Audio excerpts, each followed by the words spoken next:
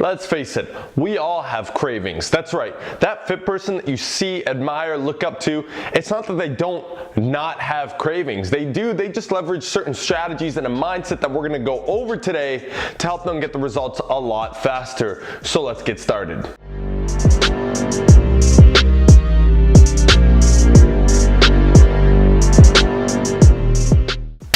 What's up YouTube? It's your boy John Mango and I'm representing Beyond the Iron, where I bring you weekly fitness content on this channel. So if you're interested in getting to your goals faster and more enjoyably, consider subscribing. Also, by the way, at the end of the video, I'm gonna go over a mindset hack that you need to actually basically eliminate cravings or your lack of being able to control them altogether. So stay tuned for that. That in combination with the 5 strategies I'm about to go over. Now there's more than 5, but these are 5 really powerful ones that you probably haven't heard of some of them. And after that, that mindset thing on top of it is going to take you to the next level and make sure you control those cravings. So if that's something you've been struggling with, which I assume it is since you clicked on the video, you're gonna wanna stay until the end. Okay, again, cravings are not something that you can completely avoid or completely get rid of, right? Especially in today's world, we're surrounded by things trying to pull at us, trying to test our discipline, trying to, create cravings in us. So the point of these strategies is not to just basically avoid cravings forever, but again, like I mentioned at the beginning, leverage and utilize these strategies so that you can live in a world where cravings surround you and you can still get to your goals in a more enjoyable way. These strategies are simply going to help you lower the chance of actually giving into them when you shouldn't be, and increase the chance that you're going to stick to the diet, the results, the calories, whatever it is that you need to get to those goals that you deserve. Strategy number 1 is awareness, and specifically calorie awareness. Surprise, surprise, John Mango back again telling you you need to be tracking calories. Seriously though, this is a very powerful technique, and 90% of people that ask me this question typically have no idea about how many calories they are currently having, how many they should be having. And by starting to track and just opening your eyes to what the reality is as to how much you're consuming will definitely give you a better picture and definitely put into perspective what you're doing with your nutrition. This is gonna alone minimize the chance of you binging. You see, because if you have no awareness, how do you know if you're binging and you're going over or not, right? You have no idea. You're stepping on the scale every day just guessing, crossing your fingers saying, well, I hope that binge didn't lead to anything bad today. Oh shit. Tracking your calories and getting that awareness, that clarity as to where you are now and where you need to be calorie-wise is the very first step, the most important step, so take it ASAP. Strategy number 2 is gonna piggyback off of number 1 a little bit. This is the flexible dieting approach, which means yes, not restriction, but inclusion, including foods that you love. I know it sounds weird and you're thinking, wait a second, I'm trying to avoid these foods that I have cravings with, but hear me out. If you put into practice the first strategy, okay, you track your calories, so now you've got an idea as to how many calories you should be having on a daily basis. Now, the key here is to be able to include those foods, those things that surround us everywhere, and make it practical so you can enjoy yourself but stick to your diet. So a lot of the reasons why people fall off and crave and give into these cravings in the first place is because they go on highly restrictive diets. Let me paint you a picture for those who may not be familiar with flexible dieting and the way I preach to all my clients, all my friends, all my family, myself. So here's the deal. Have you ever noticed that when rules are imposed on us, we don't really like to follow them so much? Now, I don't know about you, but if a rule is imposed on me, I'm gonna break it sooner or later, and it's usually sooner. But on the other end, if we set rules on ourselves, because we understand that structure truly equals freedom, and without structure, you're not free, it's quite the opposite. If you could implement certain rules on yourself that keep you structured, you're gonna be that much more motivated, you're gonna increase your likelihood of actually sticking to your diet, and you can put into practice the flexible dieting approach. So let's say you have a certain amount of calories you need to hit, which you will find out through incorporating strategy number 1.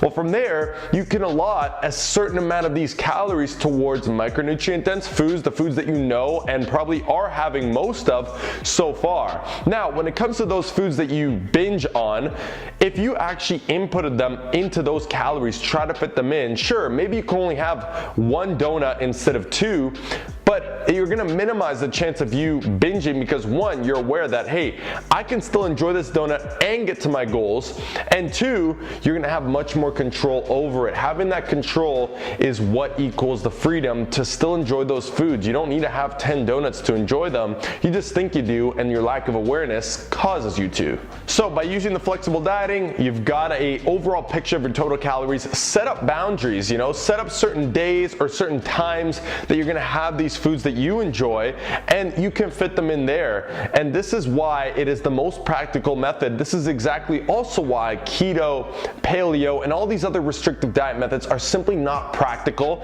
not sustainable in the world we live in. Let's face it, you're gonna walk outside, you're gonna be surrounded by fast food and carbs. I'm not saying you should be giving into that, but what I'm saying is how much more sustainable and enjoyable will it be, and how much more would you wanna stick to a diet where you don't have to walk out and think everything's against you, but instead you can actually include all of it and still get to your goals, right? So that's what we aim to do with the second strategy.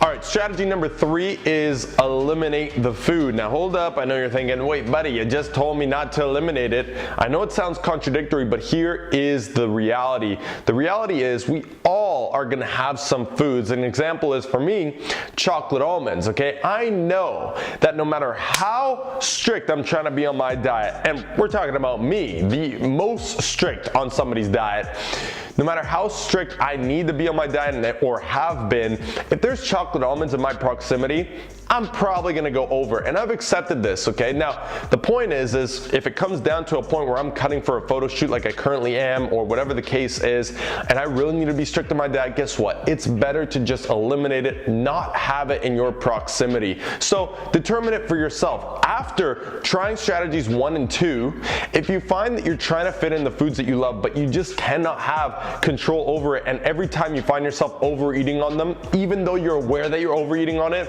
then in that case, sometimes it's better to just cut it out for a little while, at least for a little while, until maybe you can gain control and slowly introduce it back, if you even find that it's worth doing again.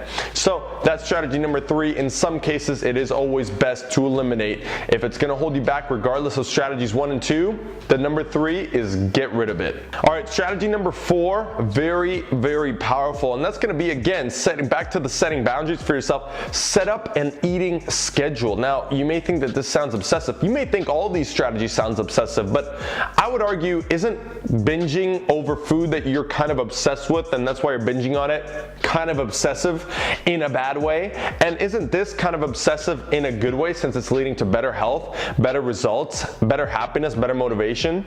You can decide that for yourself. Anyways, back to the strategy here.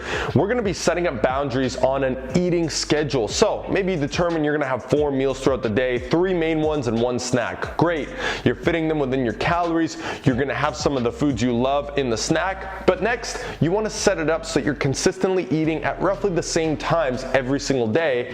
And obviously, if you can keep a schedule, you're gonna stick to that schedule. You're gonna create a routine that your body's gonna get used to, and the chances of you going over at nighttime when you know and your body knows that you shouldn't be eating anyway, it's gonna be much harder to do that, and you'll have much more control. So I hope that makes sense. And again, the second part of this is to actually input these foods, input these calories, and input your routine, which again helps to have a routine to do this before you actually eat those foods. So for example, I like to input the majority of my foods before I even eat them throughout that day. So that way I know next time I look, hey, I've got 400 extra calories to eat, but all the rest of my calories have been taken care of for the day. Trust me when I say this is going to drastically maximize your adherence, drastically maximize your chance of sticking to it, and minimizing the chance of you giving into those cravings. Very special pro tip for myself. Strategy number 5, this one is pretty straightforward, and that's gonna be micronutrient dense foods. So again, you should be having at least 80% of your foods coming from micronutrient dense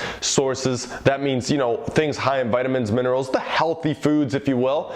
And again, if you want a snack, you're craving a snack, you're gonna have to push through some initial resistance to reach for the veggies or a piece of fruit.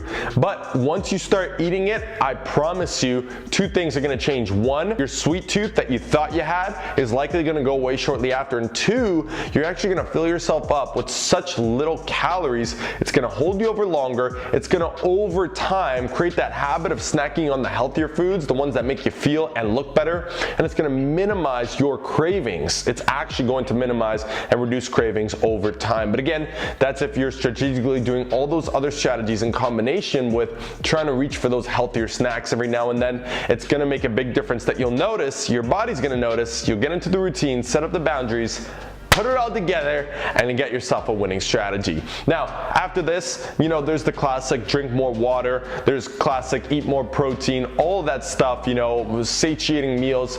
That's just to increase satiety, but I didn't include them in here because, again, I figured you probably heard all of those before. I wanted to include ones that are very practical that you could start doing today that will make the biggest difference in your life. And also, sleep is a big one. And at the end of the day, if you're not getting those things, and if you start getting them, it will make a difference, but not as drastic of a difference as the strategies I just gave you. Now, the bonus tip, if you stayed until this point, thank you so much. I appreciate you. You're the real MVP. We're going to talk about the mindset hack. What is your true underlying motivation for why you're doing this? You see, even if you implement all those strategies beforehand, if you don't have a powerful enough reason as to why you want to eat healthier, why you want to lose weight, look better, and whatever the case is, you're not going to stick to it. And that may be the underlying reason why you keep messing up. So how do you figure out, or how do you hack into that mindset? Well, it's very simple.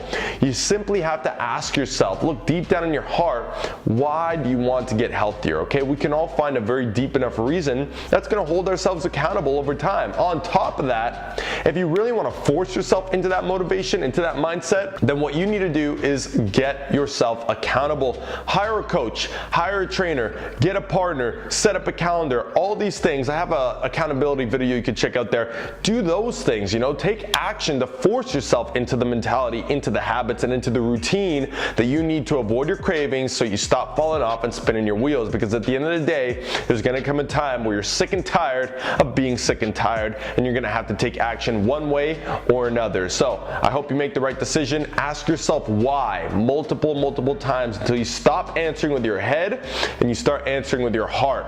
If you want a little bit more information about that mindset stuff, just comment below and I'll be sure to bring some more videos on it for you. I love that stuff. But ultimately, you need a strong enough why, a strong enough underlying motivation that's going to pull you through even those times where no matter how many strategies you input, you really just want to have those chocolate almonds. Well, this mentality is what's going to separate those who do go for it and those who don't. In other words, those who lose and those who win. Anyways, everyone, thanks so much for watching.